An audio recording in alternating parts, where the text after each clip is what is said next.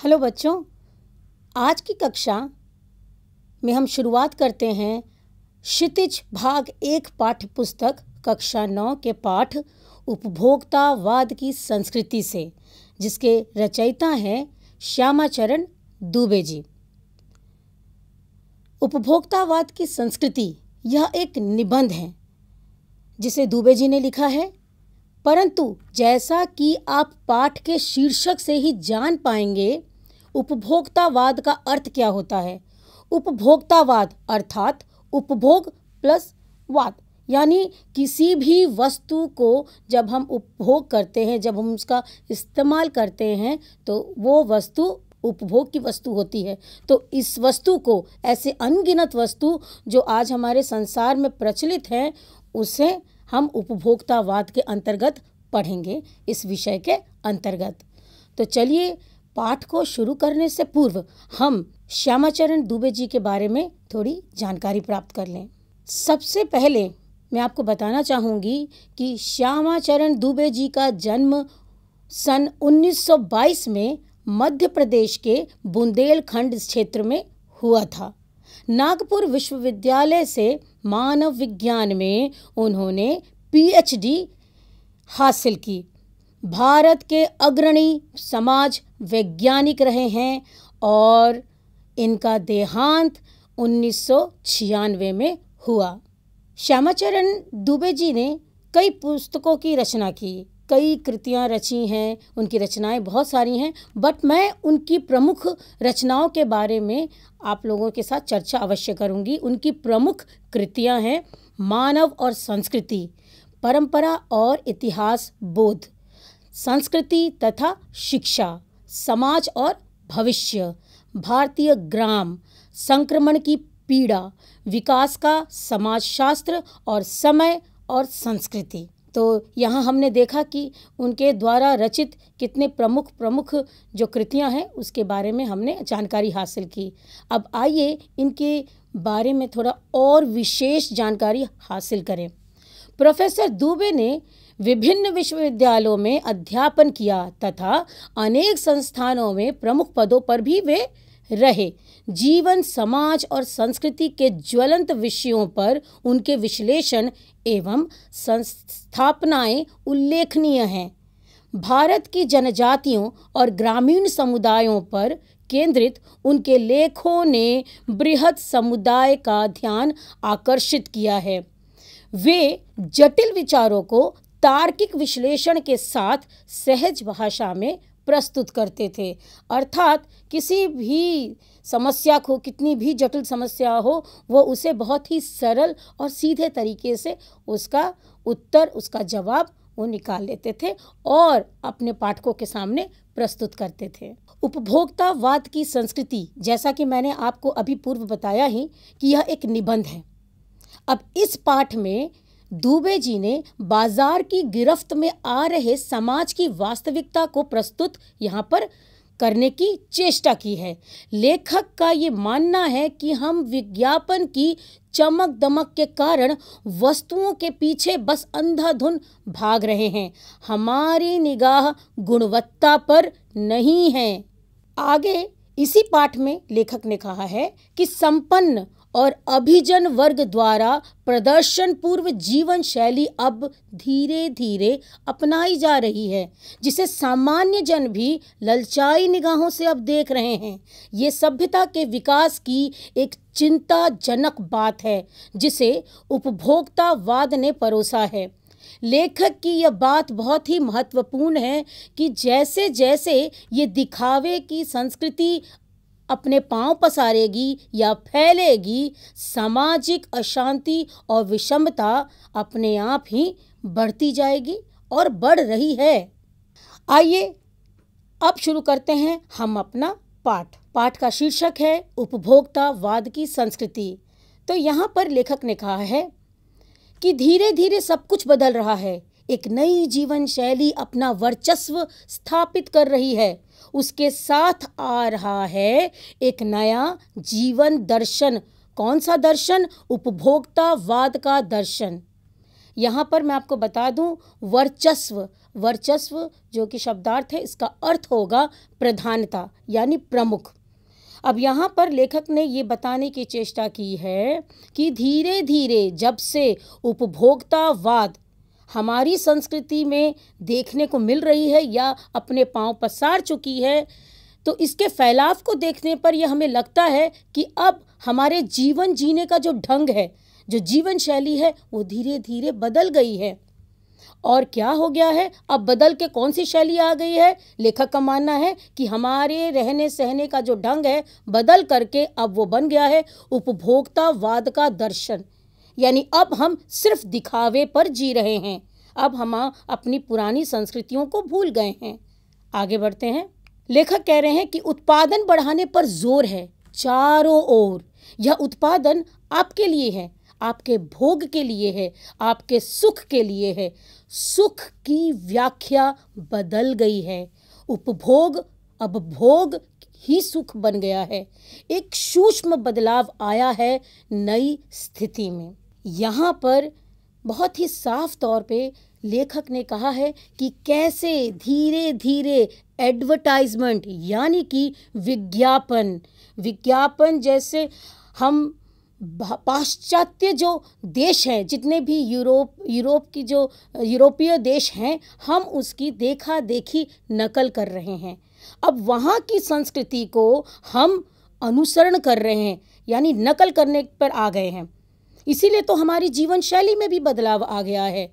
अब क्या हो रहा है, उत्पादन को बढ़ाने पर जोर हो रहा है, यानी जल्दी से जल्दी प्रोडक्शन यानी उत्पादन जोर हो, ज़्यादा उत्पादन हो, क्योंकि अब उत्पादन का जो मांग है वो अब बढ़ गई है। आज की जीवन शैली में सुख की जो असली सुख की परिभाषा है वो भी बदल गई है, क्योंकि अब मनुष्य ज़्यादा से ज़्यादा महंगी चीज़ें और इन सब चीज़ों को जो दिखावे वाली चीज़ें हैं, जो दिखावे वाली संस्कृति है, उसे अपनाए जा रहा है और इसीलिए उसके सुख की परिभाषा भी बदल गई है। अब वो दिखावे पे जीने लगा है। इसीलिए पहले सुख क्या होता था, हमारा मानसिक सुख होता था, हम जो खाते पीते थे, हमारे परिवार का सुख होता था, खान पान का सुख होता था। अब इस सुख की परिभाषा बदल गई है। अब इस सुख की परिभाषा क्या हो गई है, ज़्यादा से ज़्यादा महंगी चीज़ों को बटोरना, इकट्ठा करना और दिखावे की ज़िंदगी जीना।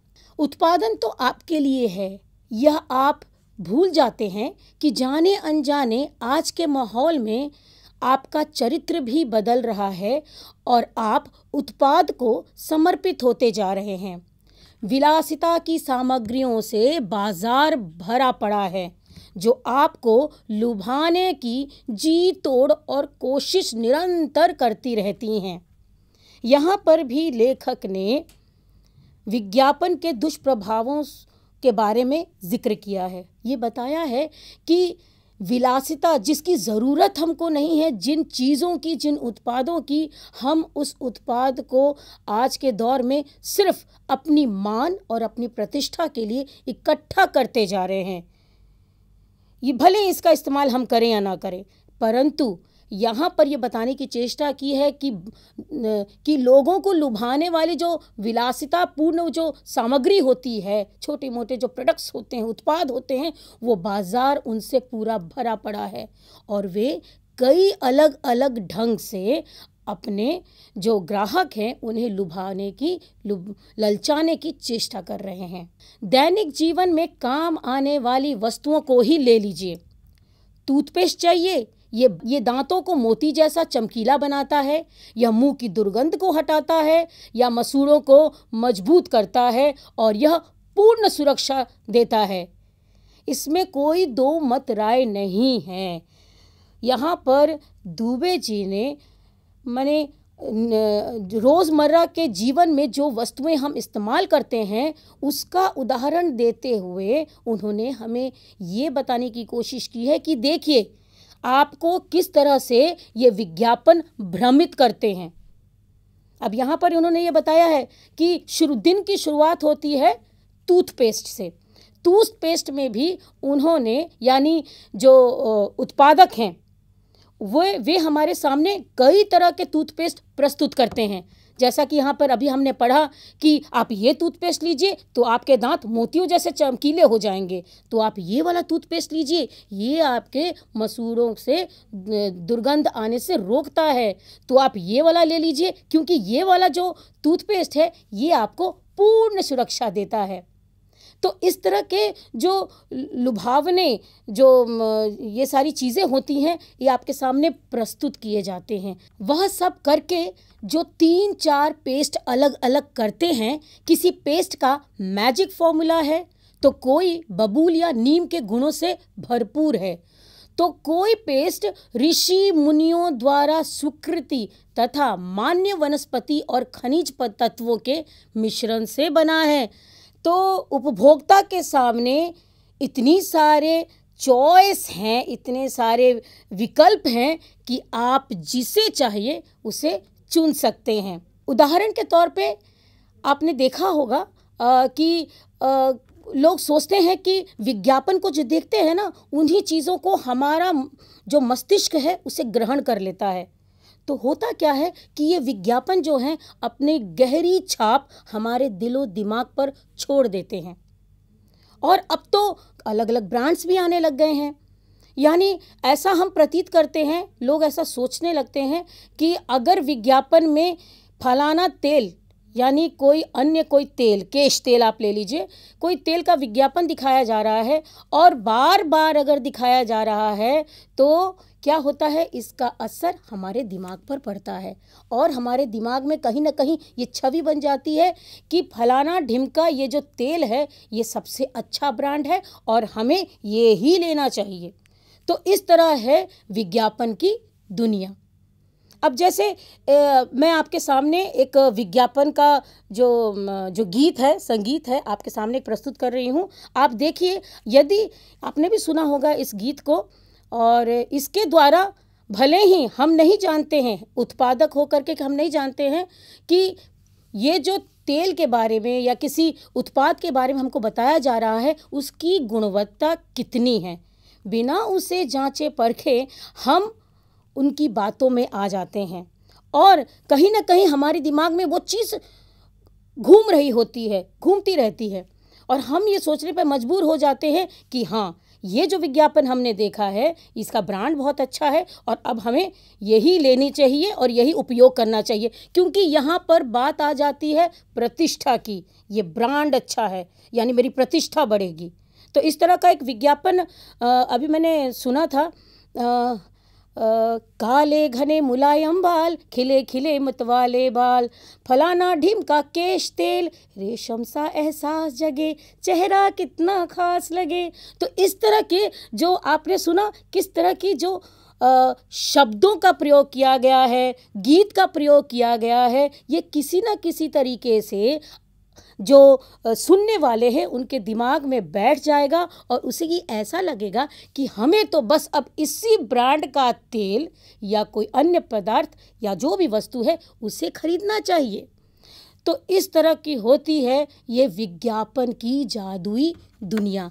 अब आगे देखते हैं हम कि दुबे जी ने हमें और क्या इस पाठ में बताया है।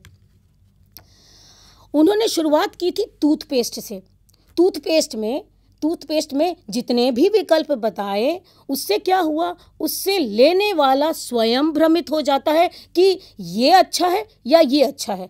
तो देखा जाए तो यहाँ पर जो उपभोक्तावाद है वो हमें भ्रमित कर रहा है, हमें सही चीज़ ना दिखा करके हमारे सामने इतने विकल्प डाल देता है कि हम सोचने पे मजबूर हो जाते हैं। एक प्रश्न चिन्ह लग जाता है कि आखिर कौन सा वस्तु हमारे लिए ठीक है। और जब तक आप वस्तु को उपभोग नहीं करेंगे आप कैसे जान पाएंगे कि वो उस वस्तु में कितने गुण हैं।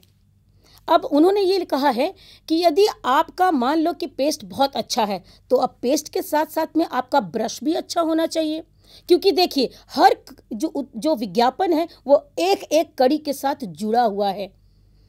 अगर आप अपनी मान प्रतिष्ठा का ध्यान रखते हैं तो आपने ब्रांडेड टूथपेस्ट खरीदा तो उसके साथ ही बाजार में प्रस्तुत हो गए उसके साथ अगला जो उत्पाद है क्या है, ब्रश। अरे आप यदि मान प्रतिष्ठा के लिए अच्छा ब्रांड का टूथपेस्ट खरीद रहे हैं तो आपको तो ब्रश भी लेना चाहिए।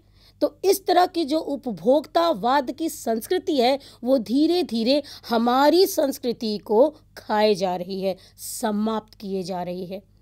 यहाँ पर ये बताया गया है कि अब जब ग्राहक बाजार में टूथब्रश लेने जाता है तो अब वहाँ पर भी वह बहुत ही भ्रमित हो जाता है, क्योंकि देखिए उन्होंने ये लिखा है कि बाजार में विभिन्न विभिन्न प्रकार के आकार के, रंगों के, बनावट के और उनकी क्षमताओं के आधार पर भी एक से बढ़कर एक वहाँ पर ब्रश उपलब्ध है बाजार में। और ये तो नहीं, मुंह के दुर्गंध से भी बचने के लिए अब आपको माउथ वॉश भी लेना पड़ेगा, क्योंकि आपने अगर ब्रांडेड टूथपेस्ट खरीदा तो आपको ब्रांडेड ब्रश भी लेना पड़ेगा, और अगर ब्रांडेड ब्रश ले लिया तो आपको अच्छा भाई माउथ वॉश भी लेना पड़ेगा। तो आप देख रहे हैं कि कैसे एक से बढ़कर एक चीज़ें बाजार में आपको लुभाने के लिए प्रस्तुत है। सूची और भी लंबी हो सकती है, पर इन चीज़ों का ही बिल काफ़ी बड़ा हो जाएगा, क्योंकि आप शायद बहुविज्ञापित और कीमती ब्रांड खरीदना ही पसंद करेंगे। जैसा कि मैंने आपको पहले बताया, लोग इस ब्रांड शब्द को अपनी प्रतिष्ठा के साथ जोड़ देते हैं। सौंदर्य प्रसाधनों की भीड़ तो चमत्कृत कर देने वाली है। हर माह उसमें नए नए उत्पाद जुड़ते जाते हैं। यहाँ पे मैं आपको बता दूं, सौंदर्य प्रसाधन इसका अर्थ है सुंदरता को बढ़ाने वाली सामग्री, यानी जितने भी जो कंघी, तेल, ये सारी चीज़ें हैं, ये सारी चीज़ें इसी सौंदर्य प्रसाधन के अंतर्गत आती है। विज्ञापित अर्थात प्रचारित या फिर सूचित। तो यहाँ पर लेखक हमें बता रहे हैं कि यदि टूथपेस्ट खरीदा तो फिर हमने अच्छा ब्रश खरीदा तो माउथ वॉश खरीदा, और इस तरह से इसकी सूची काफ़ी लंबी बन सकती है। ऐसे तो देखा जाए तो यह बिल काफ़ी बड़ा हो जाएगा, पर क्योंकि हम अब हम मान प्रतिष्ठा पर आ गए हैं, अब हम ब्रांडेड चीज़ें ही खरीदेंगे, तो अब क्या है, हमारे पास विकल्प है। और ये सारी चीज़ें छोड़िए, ये तो रोज़मर्रा के सामान है। अब यहाँ पर लेखक ने कहा है कि चलिए अब हम चलते हैं सौंदर्य और प्रसाधनों की ओर, यानी सुंदरता को, आपकी सुंदरता को बढ़ाने वाले जो उत्पाद हैं विभिन्न प्रकार के बाजार में सुसज्जित किए गए हैं, और लुभावने ऑफर्स के साथ, एक के साथ एक फ्री, ये लीजिए इसके साथ 2 फ्री, इस तरह के ऑफर भी आजकल बाजार में देखने को आम मिलते हैं। और ऐसे ही चीज़ों से भरा पड़ा है हमारा बाजार। साबुन ही देखिए, अब साबुन में भी कई प्रकार के हो गए हैं। पहले बहुत ही सीमित हमारे पास साधन होते थे, सीमित साबुन होते थे, सीमित तेल होते थे, कुछ ब्रांड के ही चीज़ें होती थी। लेकिन अब तो प्रतिस्पर्धा का दौर आ गया है। हर चीज़, हर उत्पाद, हर वस्तु में आप यहाँ पर एक प्रतिस्पर्धा देख सकते हैं, क्योंकि हम दूसरों की नकल कर रहे हैं। हम पाश्चात्य देशों की नकल कर रहे हैं और अपनी संस्कृति को खोए जा रहे हैं। अब यहाँ पर इन्होंने साबुन का एक उदाहरण देकर के हमें समझाने की कोशिश की है कि साबुन में भी देखिए कितने विकल्प पाए गए हैं। एक में हल्की खुशबू है तो दूसरे साबुन में तेज खुशबू है। एक साबुन दिन भर आपके शरीर को तरोताज़ा रखता है तो दूसरा पसीना आने से रोकता है, और तीसरा साबुन जो है वो जर्म्स से भी आपकी सुरक्षा करता है, आपकी रक्षा करता है। तो ये लीजिए, सिनेस्टार्स के सौंदर्य का रहस्य उसका मनपसंद साबुन है। अब यहाँ पर साबुन का एक उत्पाद ही उन्होंने एक उदाहरण स्वरूप हमको समझाने की कोशिश की कि साबुन को ही ले लीजिए। अलग अलग प्रकार के साबुन, अलग अलग गुणों से भरपूर। एक में हल्की खुशबू है तो दूसरे में तेज खुशबू है। अगर एक साबुन दिन भर आपके शरीर को तरोताज़ा रखता है तो दूसरा पसीना आने से रोकता है, और तीसरा तो आपको जर्म से भी आपकी सुरक्षा करता है। और तो और अब विज्ञापन के रूप में अगर देखें तो लीजिए, आपके जो पसंदीदा अभिनेता या अभिनेत्री हैं या क्रिकेट स्टार्स हैं या फलाना आपके जो खिलाड़ी हैं, वो सब आपका ही वो जो साबुन जो उन्हें पसंद है वो इस्तेमाल कर रहे हैं। और इस तरह का जब विज्ञापन हम बार बार देखते हैं तो हमें ऐसा लगता है कि जब ये हमारे मन पसंदीदा अभिनेत्री अगर इस चीज़ का इस्तेमाल कर रही हैं और इतनी खूबसूरत लग रही हैं, तो हमारे दिमाग में कहीं ना कहीं ये रहता है कि हम भी उसका इस्तेमाल करें और हम भी खूबसूरत बने। तो ये है विज्ञापन का रूप। जैसा दिखता है वैसा होता नहीं, तो और जैसा होता है यानी उसके जैसे गुण होते हैं वो आपको दिखाया जाता नहीं। तो इस तरह से यहाँ पर इसका उदाहरण देकर दुबे जी ने हमको समझाने की कोशिश की है। आगे लिखते हैं कि सच्चाई का अर्थ तो समझना चाहते हैं, ये लीजिए। शरीर को पवित्र रखना चाहते हैं तो ये लीजिए, ये दूसरा साबुन जो कि शुद्ध गंगा जल से बना हुआ है। और चमड़ी को नर्म रखने के लिए ये लीजिए, ये बड़ा सुंदर साबुन है परंतु महंगा है, लेकिन याद रखिए महंगा होने के साथ साथ ये आपके सौंदर्य में निखार ला देगा। अब यहाँ पर जो चित्र आप देख पा रहे हैं, इस चित्र में बड़े ही साफ तरीके से आज के बाजार में उपलब्ध हुए कुछ उत्पादों का उदाहरण यहाँ पर आपको दिखाया गया है। जैसे आप देख सकते हैं, आप बाज़ार में भी जाकर देख सकते हैं, एक बिस्किट के साथ दूसरा बिस्किट फ्री, ये साबुन लीजिए, ये महंगा है, ये सस्ता है, इसमें ये गुण है, ये टूथपेस्ट लीजिए। ऐसी चीज़ों से बाज़ार भरा है और हम इसमें से क्या होते हैं, हम भ्रमित होते जा रहे हैं।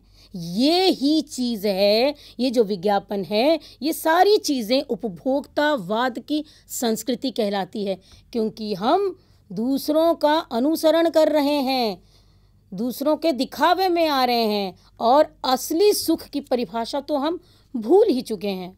अब आइए, उन्होंने कहा है कि सम्भ्रात महिलाओं की ड्रेसिंग टेबल पर किस 30 हजार की सौंदर्य सामग्री होना तो बस छोटी सी बात है, यानी मामूली सी बात है। पेरिस से परफ्यूम मंगाइए, इतना ही और भी खर्च हो जाएगा इसके ऊपर, क्योंकि भाई लाने में या पहुंचाने में भी तो समय की भी बर्बादी होती है और पैसों की भी बर्बादी होती है। परंतु नहीं, हम इस्तेमाल करेंगे तो पेरिस वाला परफ्यूम ही इस्तेमाल करेंगे। क्यों? क्योंकि ये हमारी मान प्रतिष्ठा को बढ़ाता है। यह प्रतिष्ठा का जो चिन्ह है, समाज में आपकी हैसियत जताते हैं। साबुन एक व्यक्ति लाइफ बॉय किसी ने लगाया है, किसी ने लक्स लगाया है, लेकिन ये जो उत्पाद का मैंने नाम लिया है, यहाँ पर दोनों के अलग अलग दाम हैं, दोनों के अलग अलग गुण हैं। लेकिन अगर यदि आप इसको अपनी मान और प्रतिष्ठा से अगर जोड़ेंगे तो जो महंगा साबुन है उसे इस्तेमाल करने वाला व्यक्ति ये सोचेगा कि हाँ, हमारा रौब है, इस समाज में हमारी प्रतिष्ठा है, हम ऊंचे वर्ग के हैं। तो देखा जाए तो यहाँ पर इस उपभोक्तावाद की संस्कृति ने एक नए अभिजात वर्ग को भी जन्म दे दिया है, जो कि सिर्फ मान और प्रतिष्ठा पर ही जीते हैं। तो यहाँ पर आगे लेखक कह रहे हैं कि औरतों को ही क्यों, पुरुषों को ले लीजिए, पुरुष भी इस दौड़ में पीछे नहीं है। पहले उनका काम केवल साबुन और तेल से चल जाया करता था, लेकिन अब तो बाजार में आफ्टर शेव और कोलोन बाद में आ ही गए हैं। अब तो इस सूची में दर्जन 2 दर्जन चीज़ें अपने आप ही जुड़ गई हैं।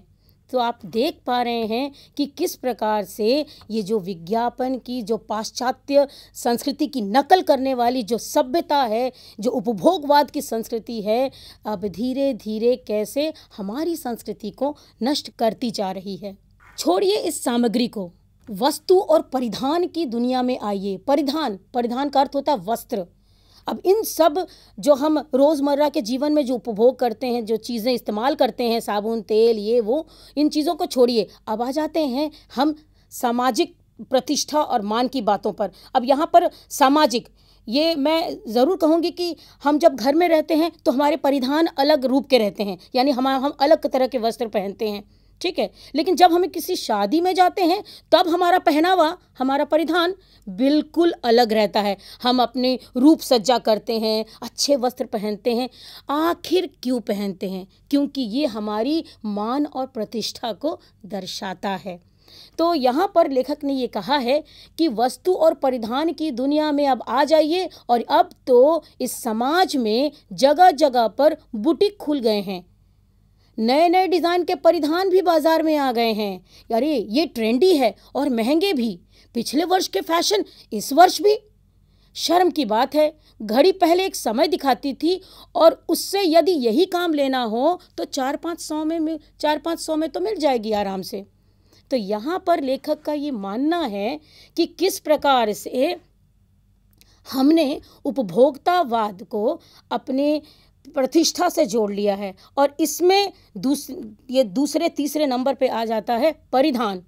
यानी अब जगह जगह पे बुटीक खुल गए हैं, नए डिज़ाइन के कपड़े आ गए हैं। यदि आपने पिछले वर्ष वाला डिज़ाइन जो पिछले वर्ष पहना था वो फैशन आपने इस साल भी पहना है तो आप तो दख्यानुसी हैं, आपको तो कोई समझ ही नहीं है कपड़ों की, आपका परिधान का जो समझ है वो बिल्कुल बेकार है। यानी हमें हमेशा ट्रेंडी रहना पड़ेगा। ट्रेंडी अर्थात जो अभी के समय में प्रचलित हो, जो अभी चल रहा हो। तो क्या हमने इसी संस्कृति को जो हर 2 मिनट में अपना फैशन बदल रही है, जो ये समय जो प्रचलन चल रहा है, क्या हम इसी चीज़ को अपनी संस्कृति मानते थे? बिल्कुल नहीं। अब इन्होंने एक और उदाहरण दिया है घड़ी का। इन्होंने कहा है कि जब घड़ी का काम ही है समय दिखाना, तो ये जो छोटी सी घड़ी है ये आराम से हमको 4-5 रुपए में मिल जाएगी। पर यदि आपको अपनी प्रतिष्ठा से अगर इसे जोड़ना है तो आप महंगी से महंगी 1.5 लाख की, 3 लाख की, 4 लाख की घड़ी भी खरीद सकते हैं। अरे इतनी महंगी घड़ी क्यों? क्योंकि ये अब प्रतिष्ठा का सूचक हो गया है।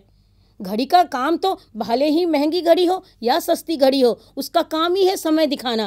परंतु अब सस्ती और महंगी ये जो बाज़ार में ये जो विज्ञापन हो रहा है या जो वस्तुएं आ रही हैं, अब जो अभिजात वर्ग हैं वो अपनी मान प्रतिष्ठा को इससे जोड़ कर चल रहे हैं, जो कि सरासर गलत है।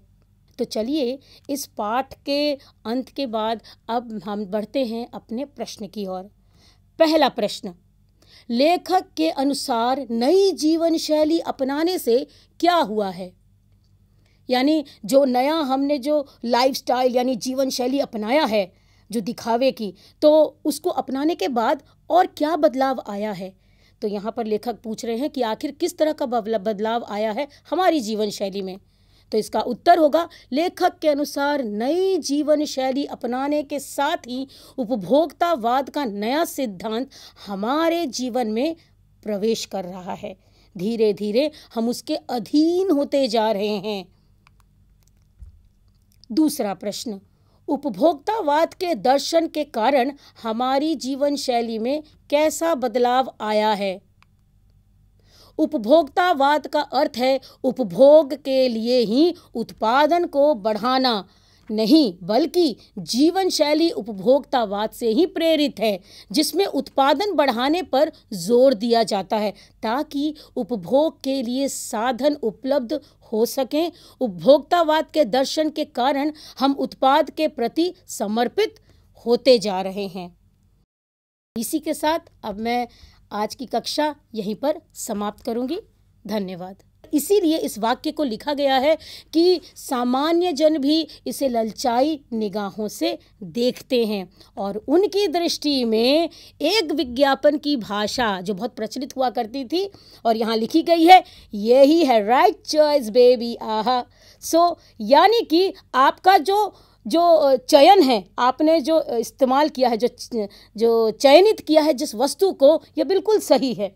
अब सही किन आदर्शों पर है, किन ये गुणों में सही है या किस चीज़ में सही है, इसकी चर्चा हम अपने अगले पाठ में करेंगे। तो चलिए इस पाठ के अंत के बाद अब हम बढ़ते हैं अपने प्रश्न की ओर।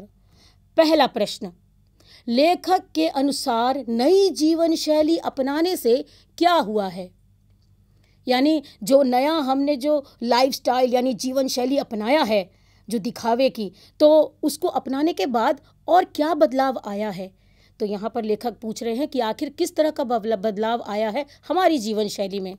तो इसका उत्तर होगा, लेखक के अनुसार नई जीवन शैली अपनाने के साथ ही उपभोक्तावाद का नया सिद्धांत हमारे जीवन में प्रवेश कर रहा है।